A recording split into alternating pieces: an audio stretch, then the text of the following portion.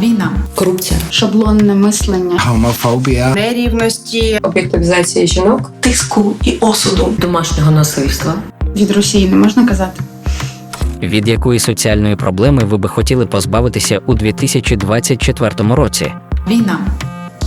Я би дуже хотіла побачити українську перемогу, фіналізовану, з поверненням контролю над усіма українськими територіями, з припиненням цього щоденного жаху війни, в якому ми з вами живемо вже 10 років. Я не знаю, чи це ймовірно. Я точно не буду обіцяти, що це ймовірно. Але якщо можна помріяти, то це, звичайно, пріоритет номер 1. Корупція. Я мрію про прозору систему контролю, розподілення бюджетів та наших податків владою. Мені б дуже хотілося, щоб ми всі стали толерантнішими до проявів особистості. Це дуже важливо, і поважали людей за їх прояви.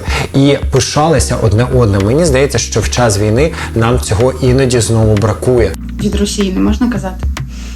Шаблонне мислення і відсутність критичного мислення. Якби люди вміли думати критично і частіше використовувати цю навичку, то, можливо, інших проблем стало би набагато менше. Можливо, це буде сказано банально, там це тема, напевно, бідності, тема миру. Хотілося б справді, щоб люди мали і хороший дохід, і жили в мирі. Можливо, це поки що якісь ілюзії, мрії, але я думаю, що вони здійснені. Я як жінка в моєму ідеальному світі дуже б хотіла прибрати проблему об'єктивізації жінок, тому що ця проблема стоїть гостро по всьому світу. І повірте мені, я на собі це відчула і не один раз. І мені б хотілося, звісно, щоб я могла вдягати те, що мені хочеться. І на мене не дивилися чоловіки голодними очима, не кричали мені вслід дивні речі. Мені здається, це дуже важливо. Важливо бути один з одним чемними і не сексуалізувати жінок. unjustice payment for work, it's racism, it's homophobia, it's war. I mean, there's so much. I think injustice is the most pressing thing because a lot of problems derive from injustice, in my view. Від домашнього насильства, в першу чергу. Від порушення прав людей ЛГБТ з інвалідністю. Ну і, напевно, від булінгу, мобінгу.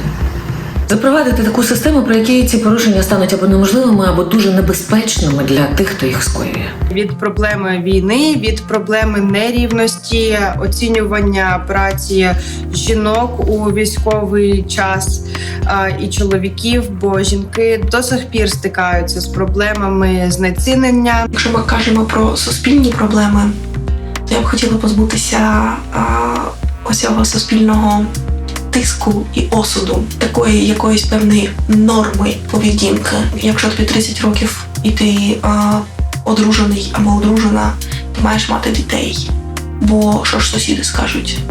Або типу, ой, ні, не можна 5 разів на рік їздити за кордон, бо це ж якось неприлічно, що ж сусіди скажуть.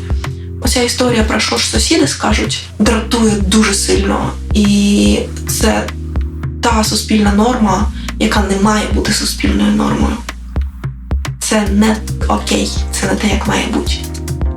Тому осуд та регулювання твоїх бажань суспільством – це те, що нам треба змінювати. Від війни. Привіт! Я щоденник толерантності, і я вітаю вас з прийдешнім Різдвом та Новим роком. До зустрічі на початку 2024-го.